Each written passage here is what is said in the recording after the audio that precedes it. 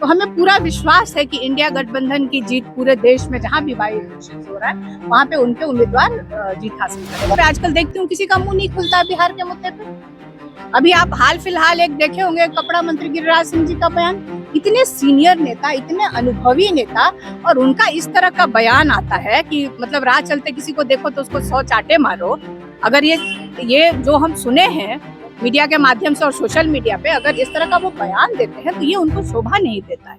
नमस्कार, मेरा नाम प्रेम है और आप लाइव स्ट्रीम देख रहे हैं। बिहार में उपचुनाव हो रहे हैं और कई राज्य हैं वहां भी उपचुनाव हो रहे हैं, पर देखिए जो इंडिया गठबंधन के नेता हैं वो उपचुनाव जीतेंगे ऐसा हम नहीं बल्कि आरजेडी के सांसद मीसा भारती का कहना है, क्योंकि जो लोगों के मुद्दा है वो इंडिया गठबंधन के नेता लेकर उनके बीच गए हैं।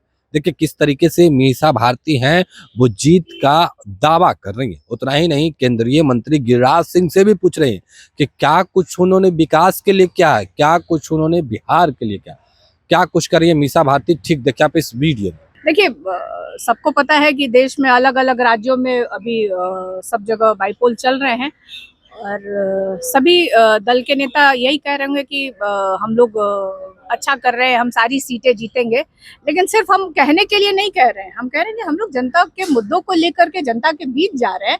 तो हमें पूरा विश्वास है कि इंडिया गठबंधन की जीत पूरे देश में जहां भी बाई इलेक्शन हो रहा है वहां पे उनके उम्मीदवार जीत हासिल करेंगे। तेजस्वी यादव ने प्रधानमंत्री ने कहा कि कांग्रेस जो भी वादे करती है अपने शासित प्रदेशों में सब झूठ वादे करती है और किसी को भी वो फुलफिल नहीं कर पाती है।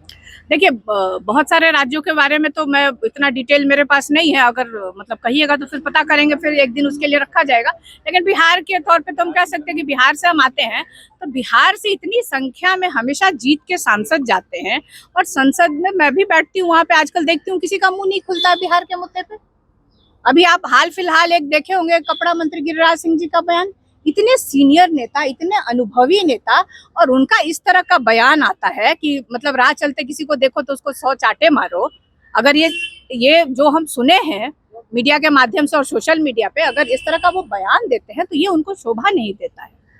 उनको तो बात करनी चाहिए थी। आप बताइए कि हमारे यहाँ भागलपुर में कितनी संभावनाएं हैं, कपड़ा मंत्री है ना, कितना उस पे फैक्ट्री लगाने के लिए या बुनकरों के लिए क्या कर रहे हैं गिरिराज सिंह जी। हमारे आप चले जाइए मोतिहारी साइड में चले जाइए, वहां भी बहुत संभावनाएं हैं। तो पहले ये तो बताए गिरिराज सिंह जी कि बिहार के लिए वो कर क्या रहे हैं, बिहार के विकास के लिए, बिहार के रोजगार पैदा हो, बिहार में फैक्ट्रियां लगे, इस पे उनकी सरकार क्या कर रही है। तो अभी आप मीसा भारती को सुने थे, तमाम मुद्दे को लेकर क्या कुछ कहा उन्होंने, आपने सुना है किस तरीके से गिरिराज सिंह हो या फिर उपचुनाव हो, तमाम चीजों को लेकर सवाल पूछा गया और मीसा भारती ने तमाम सवालों का जवाब दिया। और देखिए कह रही हैं कि हम लोग केवल बोलने के लिए नहीं बल्कि हम लोग जीत रहे हैं। किस तरीके से मीसा भारती बयान दे रहे थे वो तमाम बयानों को भी हमने आपको सुनवाया। फिलहाल के लिए इतना ही, बने रहे लाइव के साथ। धन्यवाद।